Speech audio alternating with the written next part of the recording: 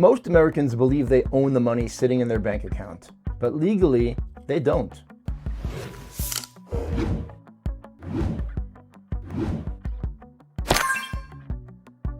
The moment you deposit your hard-earned cash into a traditional commercial bank, the ownership changes hands, and you become an unsecured creditor to the institution.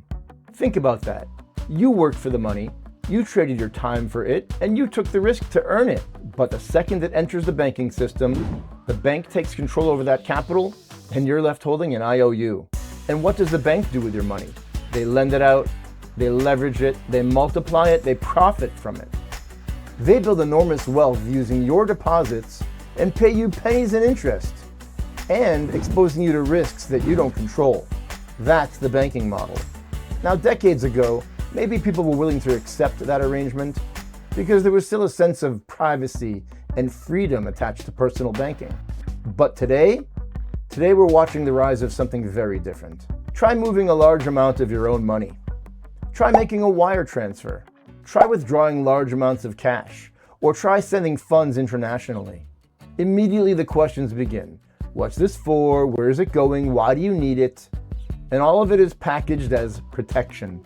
But many Americans are starting to realize that this has become something else entirely. It's surveillance. Digital financial surveillance wrapped in the language of security. And the troubling part is that so many Americans have become so conditioned to centralized control that they no longer question it. They assume that this is normal. But history teaches us something important. Any system that centralizes financial power eventually centralizes control.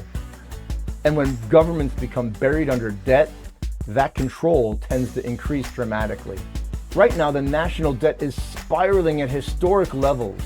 Trillions of dollars continue to be borrowed, printed, and monetized. And despite what the experts on TV might say, debt this large does not disappear peacefully. Historically, governments solve debt problems by three primary methods: inflation, taxation, and increased control over capital.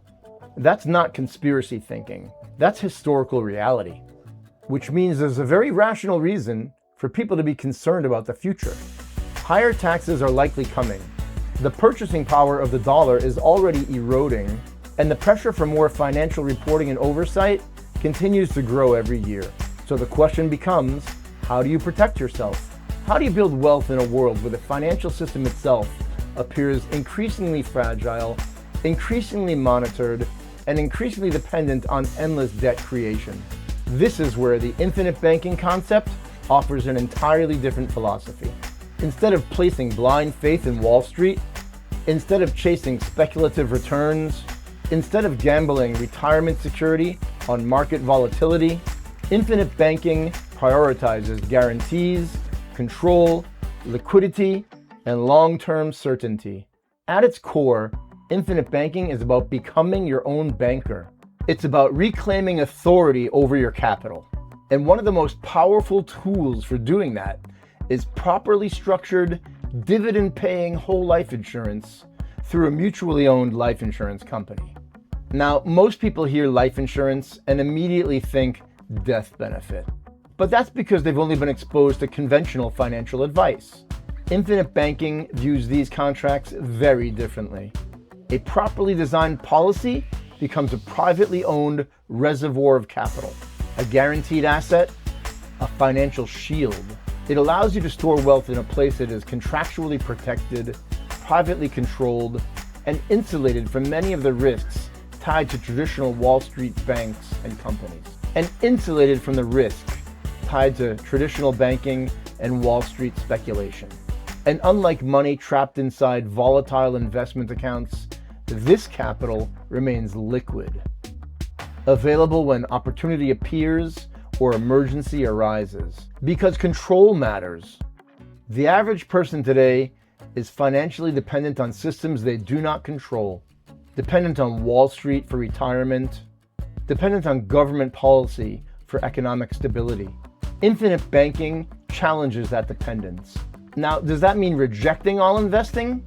Of course not. But it does mean understanding the difference between speculation and capitalization. Infinite banking teaches people to strengthen their financial foundation first. That's a completely different mindset.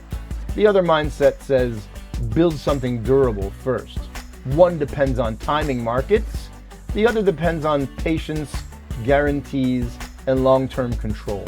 And historically, patience has built more enduring wealth than speculation ever has. The families that maintain wealth for generations tend to think conservatively about risk.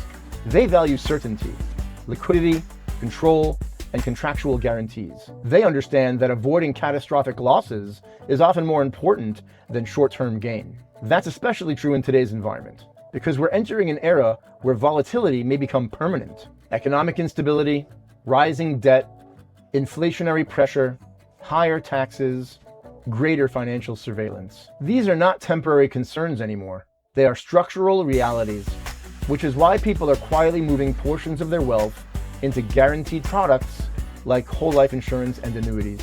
Not because they're looking for excitement, but because they're looking for certainty. They want assets that continue functioning regardless of what happens on Wall Street.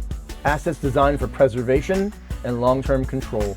And perhaps most importantly, they want financial systems that put them back in charge. Because ultimately, infinite banking is not just about money, it's about freedom. Freedom from surrendering complete control of your future to centralized institutions. And in a world moving rapidly towards more volatility, more debt, more surveillance, that kind of freedom may become one of the most valuable assets a person can possess.